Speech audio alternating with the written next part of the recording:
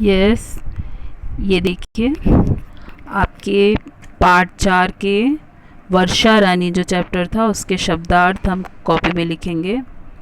ये देखिए सबसे पहला शब्दार्थ है गर्जना, या एक ऊपर लगा के भी गर्जना लिखते हैं और एक पूरा पूरा रा लगा के भी गर्जना लिखते हैं। ठीक है, तो इसका मतलब क्या होता है? बादलों की आवाज़।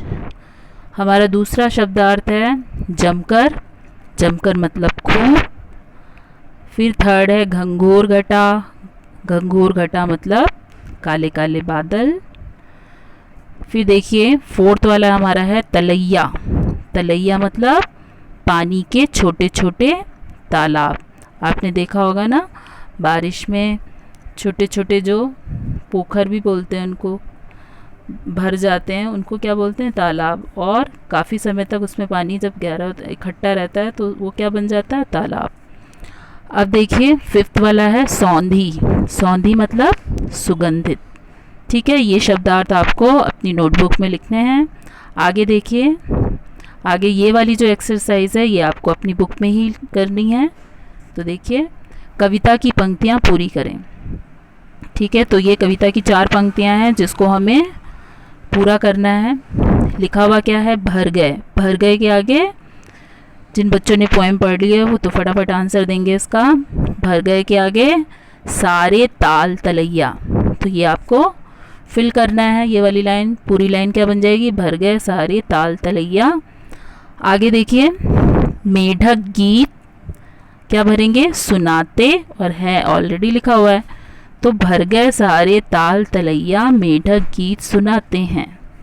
ओके, अब तीसरी लाइन है कि सौंधी, आगे क्या आएगा? मिट्टी महक रही है। तो हमारी लाइन पूरी होगी, सौंधी मिट्टी महक रही है, पेड़ खड़े मुस्काते हैं। तो आपको यहाँ पे क्या भरना है? खड़े मुस्काते। ठीक है, बाकी लिखा हुआ है। तो हमारी पूरी लाइन क्या बन गई? भर गए सारे ताल तलैया मेढक गीत सुनाते हैं, सौंधी मिट्टी महक रही है, पेड़ खड़े मुस्काते हैं। ठीक है बच्चों, तो देखिए पेंसिल से जो मैंने लिख रखा है ये आपको अपनी बुक में इस एक्सरसाइज को फिल करना है और ये आपकी कविता की पंक्तियाँ पूरी हो जाएंगी। अब आगे देखें, ये आपको बुक में ही करना है। अब ये देखिए मौखिक प्रश्न क्या है? कविता में किस ऋतु के बारे में बताया गया है? तो आपको पता है, वर्षा ऋतु। ठीक है, फिर नेक्स्ट है वर्षा होने पर चारों ओर का वातावरण कैसा हो जाता है? तो कैसा हो जाता है? हरा भरा। ओके, हरा भरा हो जाता है। अब आगे देखिए हमारा प्रश्न है, ये जो प्रश्न है बेटा लिखित वाले, ये आप सभी को अपनी नोटबुक में लिखने हैं। ठीक है बच्चों, तो देखिए मेढक क्या कर रहे हैं? तो मेढक ताल तलैया भरने के कारण गीत सुना रहे हैं। फिर नेक्स्ट क्वेश्चन है, हम बारिश होने पर क्या करते हैं? तो आंसर क्या होगा? हम बारिश होने पर खूब नहाते हैं और कागज़ की नाव तैराते हैं।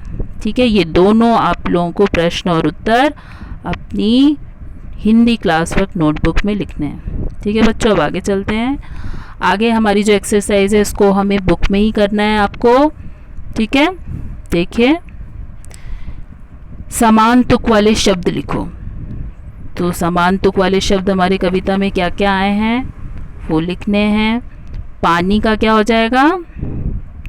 रानी। काला का क्या हो जाएगा? नाला। ओर का शोर। बरस का क्या हो जाएगा? तरस। ताल का क्या हो जाएगा? ढाल। महक का क्या हो जाएगा? चहक। ठीक है, अब देखिए अगली एक्सरसाइज है, ये भी बुक में ही करनी है। पढ़ो, समझो और लिखो।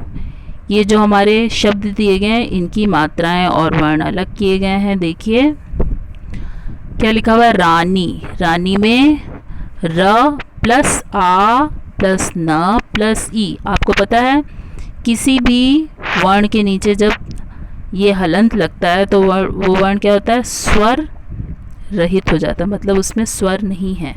स्वर क्या होते हैं, आ ई ई, ये कितने होते हैं, 11 होते हैं।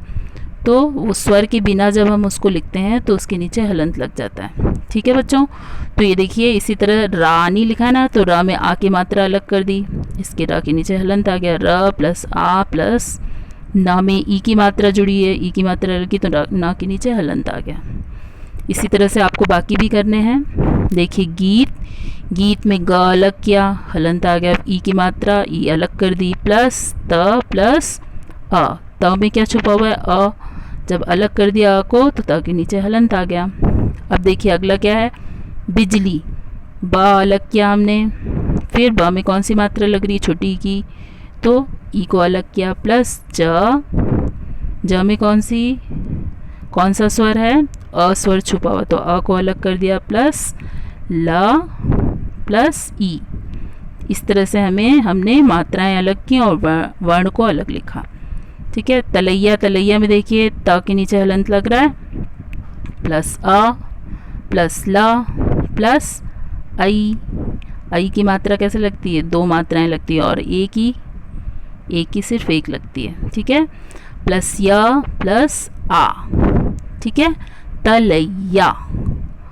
ओके, चलिए आज के पार्ट में बस इतना ही। ये आपका चैप्टर पूरा हुआ और ये मैंने आपको होमवर्क में दिया था, चित्र में रंग भरो और चित्र पर 2 वाक्य लिखो।